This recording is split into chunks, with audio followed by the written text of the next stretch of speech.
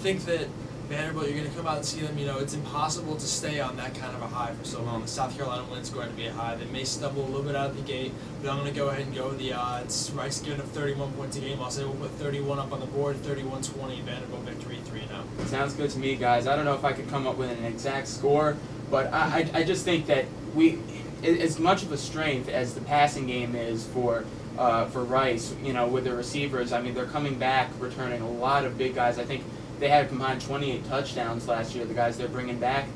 I just think that our secondary, depending on whether speed gets back or not, is just that good. I think Vanderbilt definitely takes this one.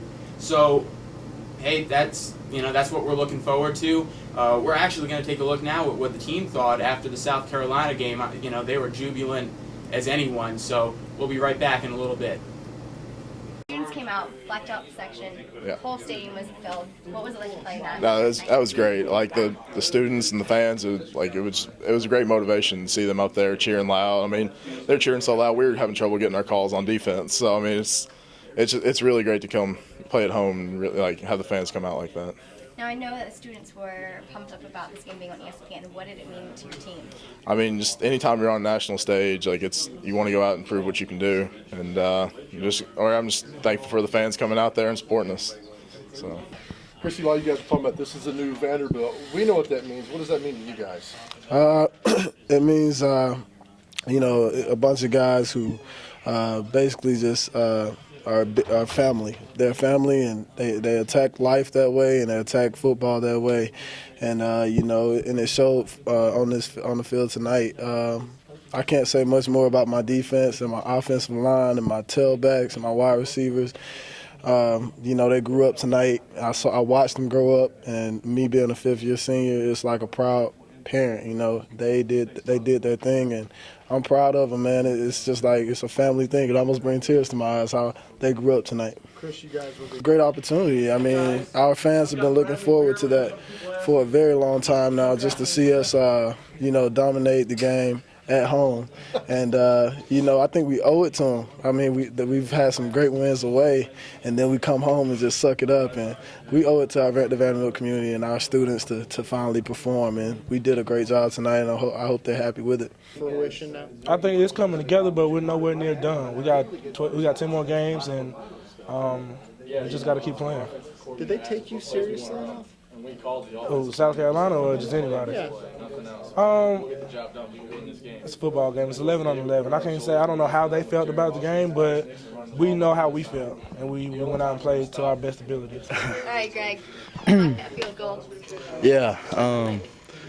It was pretty fun. I mean, I just knew that I just tried to penetrate the gap, hard as I can, and I just got my hands up, and it was there. He kicks it pretty low all game, so, yeah.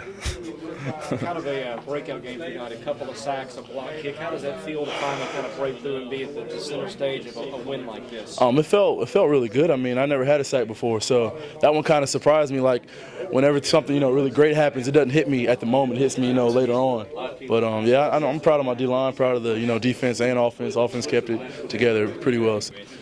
We love it. I mean,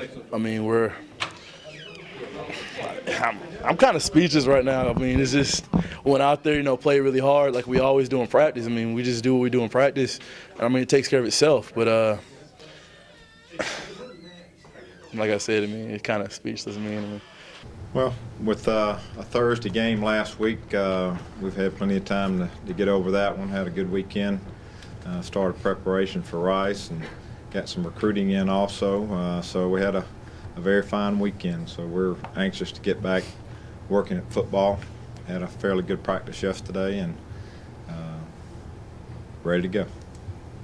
A lot to be said for it, especially academically. We went to class Thursday and at least all the way through the morning classes, and then got them over and settled them down in the hotel after that. But it's pretty tough. And then the next day you got to get up and go to class. Like on Friday, our guys were in class, and I had to do the same thing the week before against, after Miami game. So it's been pretty tough. And then the weekend you're practicing on Saturday and Sunday, and then we went Monday night. So yes, I'm very happy to be back on the regular schedule. Well, they have played well, and we expected them to play well. They were a good group last year who, made a lot of big plays for us, and a lot of the things we do on defense are, is predicated on the fact that they can give you pretty good coverage almost every play. Losing Dalron will certainly be a blow to that group. He was sort of a specialist at the nickelback position and did a great job at it, and had a knack for rushing the passer when we would blitz him, and also had a knack for getting underneath those routes. The other night, beautiful interception. He read it the whole way, and I'm pretty sure he was hoping for the quarterback to throw it to his man, because he was ready for it, and he stepped right in there and made a great interception. So we'll figure out a plan that we're going to use to try to replace him, and it'll probably be several different scenarios, and maybe several different players play in that position. Well, I did.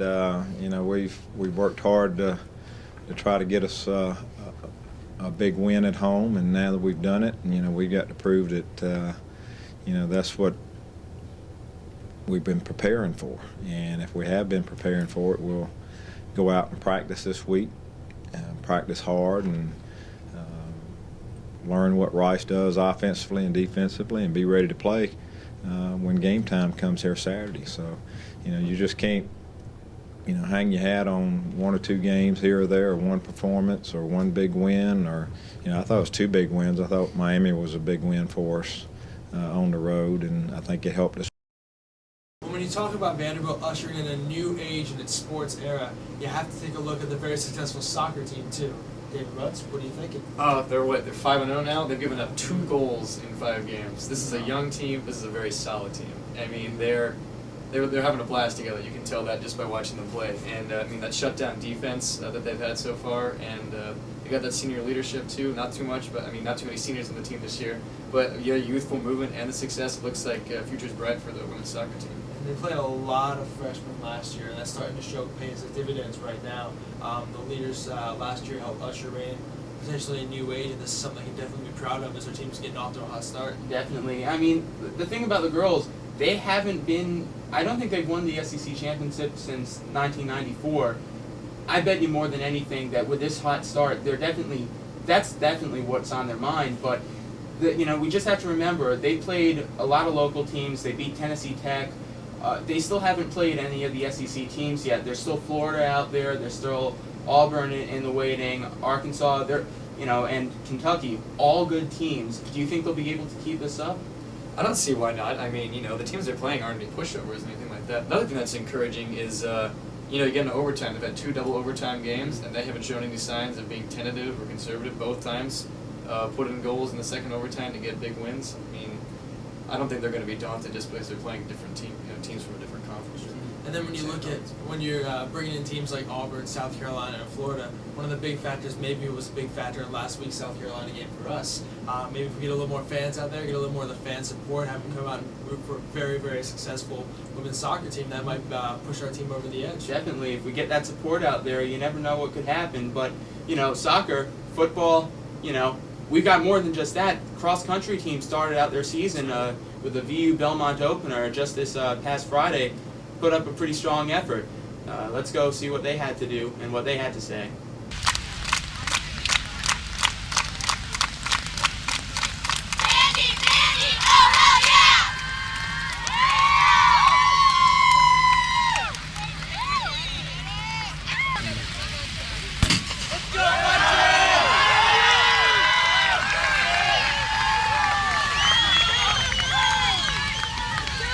Adrian, kind of wet out today. Little bit. How'd that play out today? Kind of made the shoes a little heavy, but I think it kind of adds the whole cross country as a really hardcore sport. Yeah, I wasn't prepared for this at all. As you can see, this wasn't exactly my finest hour, but I don't know. How do you think the team did as a whole today? I think we actually really worked pretty well together. We have a lot of workouts here on the course, and we got to really kind of have a feel for it since our home course and everything. But the rain just added a little difficulty. Gotcha. Yeah, no, I can imagine. And